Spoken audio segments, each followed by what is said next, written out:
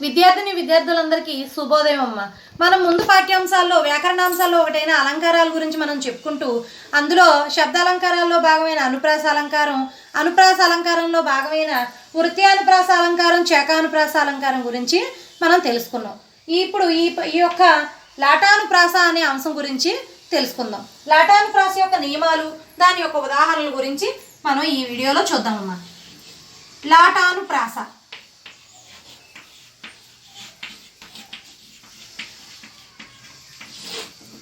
మనం చెప్పుకున్న చేకానుప్రాస అలంకారానికి లాటానుప్రాస అలంకారానికి దగ్గర సంబంధం అనేది ఉంటుందమ్మా.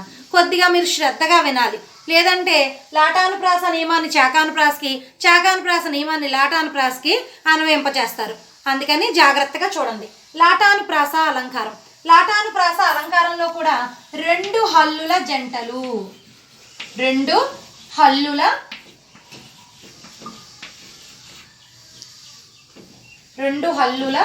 జంటలు వెంట వెంటనే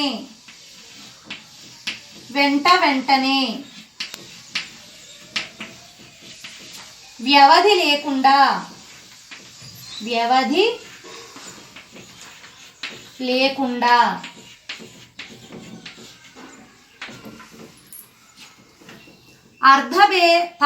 అర్ధభేదం లేకుండా తాత్పర్య భేదంతో, అర్ధభేదం లేకుండా. గమనించండి అమ్మా, లాటానుప్రాస అలంకారంలో అర్ధభేదం అనేది ఉండదు. రెండు పదముల యొక్క అర్థం, రెండు హల్లుల జంటల పదము యొక్క అర్థం ఒకటే అయి ఉంటుంది. మరి మనకి ఇక్కడ ఏంటమ్మా, తాత్పర్య భేదం కలిగి ఉంటుంది. తాత్పర్య భేదం, భేదం అంటే తేడా అమ్మ. తాత్పర్య భేదం కలిగి ఉంటుంది. రెండు హల్లుల జంటలు వెంటనే వ్యవధి లేకుండా, అర్ధభేదం లేకుండా, గమనించండి, అర్ధభేదం లేకుండా తాత్పర్య భేదం కలిగి ఉంటే, తాత్పర్య భేదం కలిగి ఉంటే, తాత్పర్య భేదం కలిగి ఉంటే మనకి ఏమవుతుందమ్మా, అది లాటానుప్రాస.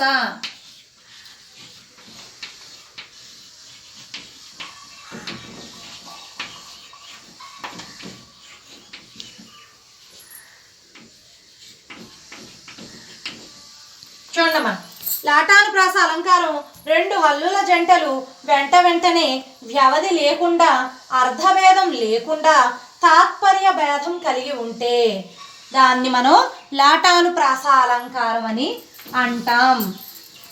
మరి ఉదాహరణలు చూద్దామమ్మా. లాటానుప్రాస యొక్క ఉదాహరణలు చూడమ్మా.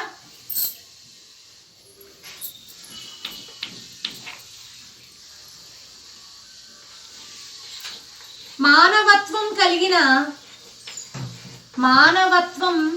కలిగిన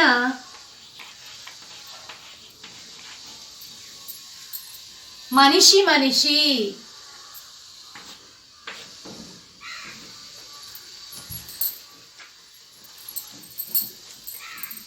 కింద రాస్తున్నాను చూడమ్మా.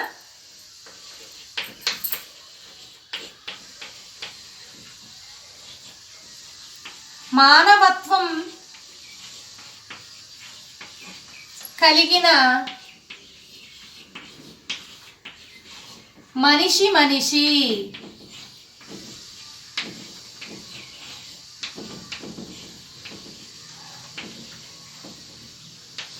మరొక ఉదాహరణ చూడమ్మా. అమ్మ చూపించే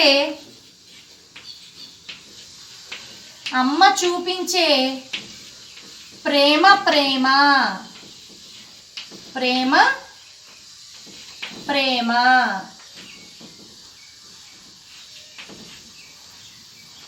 చూడమ్మా. లాటానుప్రాస అలంకారం నియమం ఏంటి? రెండు హల్లుల జంటలు వెంటనే వ్యవధి లేకుండా, అర్ధభేదం లేకుండా తాత్పర్య భేదం కలిగి ఉంటే లాటానుప్రాస అలంకారంగా మనం చెప్పుకుంటూ ఉన్నాం. మరి దీని యొక్క ఉదాహరణను చూడండి. మానవత్వం కలిగిన మనిషి అంటే ఏంటమ్మా అర్థం? మనిషి రెండింటి యొక్క అర్థం ఒకటే. అంటే మనకి ఇక్కడ అర్థభేదం లేదు, రెండింటి యొక్క అర్థం ఒకటే. మరి ఏముండాలమ్మా, మనకి తాత్పర్య భేదం కలిగి ఉండాలి. తాత్పర్యం అంటే ఏంటమ్మా, దాని యొక్క భావం, ఈ యొక్క వాక్యం మనకి తెలియజేసే భావంలో భేదం అనేది కలిగి ఉండాలి. అప్పుడు మనకు అది లాటానుప్రాస అలంకారం అవుతుంది. మరి దీని భావం ఏంటమ్మా, మానవత్వం కలిగిన మనిషి. మనుషులందరూ మనుషులే, కానీ మానవత్వం ఎవరైతే కలిగి ఉంటారో, దయ, జాలి, కరుణ, సాటి మనిషి యొక్క కష్ట సుఖాలను మనం తెలుసుకోగలిగిన మానవత్వం ఎవరైతే కలిగి ఉంటారో వాళ్ళే మనిషి అని దీన్ని తాత్పర్యం.